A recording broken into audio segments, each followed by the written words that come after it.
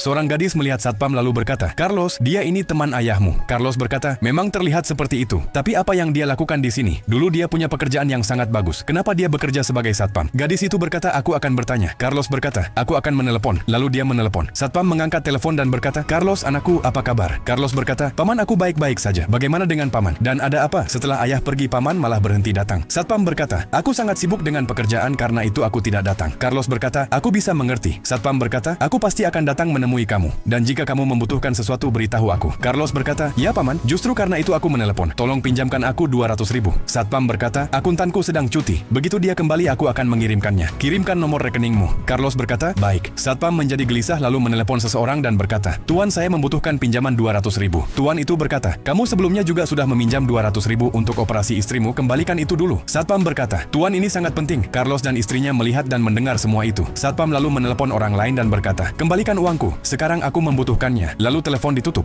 Keduanya mendekati satpam. Satpam berkata, "Carlos, anakku, kamu di sini?" Carlos berkata, "Ya paman, aku datang untuk menemui temanku." Lalu aku melihat paman memakai pakaian satpam dan aku tidak percaya itu paman. Aku meminta uang dari paman dan aku melihat paman meminta uang dari orang lain. Aku melihat semuanya. Sejak kapan paman bekerja sebagai satpam? Dulu paman punya usaha yang cukup baik." Satpam berkata, "Anakku, memang dulu ada usaha, tapi kondisi bibimu sering sangat buruk sehingga aku harus berada di rumah sakit menemaninya. Aku lebih banyak berada di rumah sakit daripada di kantor dan rumah. Aku tidak bisa memberikan waktu untuk usaha dan perlahan kerugian menjadi sangat besar hingga aku harus menutup usaha itu. Tidak ada pilihan lain. Jadi aku harus bekerja sebagai satpam." Carlos berkata, "Paman, begitu banyak yang terjadi pada paman dan paman tidak pernah memberitahu kami." Satpam berkata, "Bagaimana aku bisa memberitahu? Kamu sendiri punya banyak masalah dan setelah ayahmu pergi, hidupmu juga dipenuhi banyak kesulitan. Karena itu aku tidak mengatakan apa-apa." Carlos berkata, "Paman, aku mengakui setelah ayah pergi memang ada masalah. Tapi sekarang semuanya sudah baik. Pekerjaan berjalan dengan sangat baik. Dan paman sendiri katakanlah, jika hari ini ayah masih hidup, apakah dia akan membiarkan paman dalam keadaan seperti ini?" Satpam berkata, "Tidak anakku,